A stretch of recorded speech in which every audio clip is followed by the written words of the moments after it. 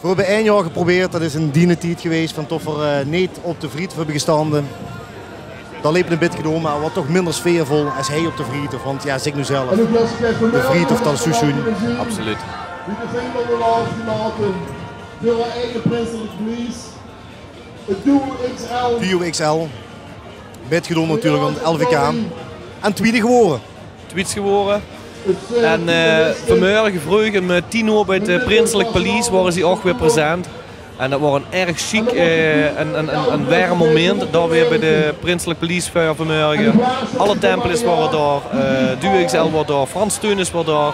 En dan wordt aan de Prinselijk Vendel wordt daar uitgehangen. En dat is een magnifiek moment, ieder jaar opnieuw weer. En dan was Duo XL ook present. En nu weer in de cortège. Tweede van onderwater natuurlijk. Voor nog even naar Patty. Ja, belofte maakt schuld, want ik heb mevrouw Koffie beloofd. Alsjeblieft. En het is helaas geen stukje vla, maar waffel geworden. Zit je er ook niet met? Alsjeblieft. Dus dan ziet je maar, wat ik zeg, dat doe ik ook. En amuseer ik ook, hè? Belofte maakt schuld. En onderwijl loeren we nog even naar Duo XL. Ze zien als de IJskoningen. Groep nummer 6 en zo ziet het er nog op. Ze zien er 6 in de optocht. Is er nog zo veel meer? Die in een paar jaar van ouder is geworden.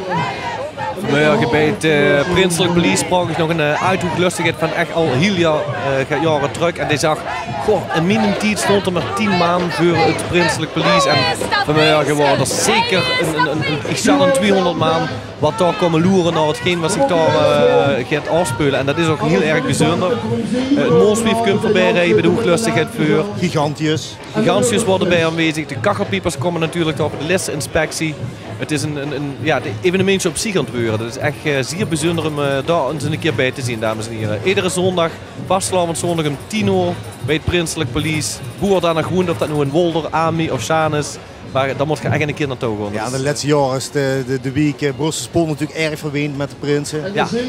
Dus die luisteren niet geweest. Misschien tot de toon zo druk aan de beur is. We weten het al, ja. Traditie, ja. Creatief geweest.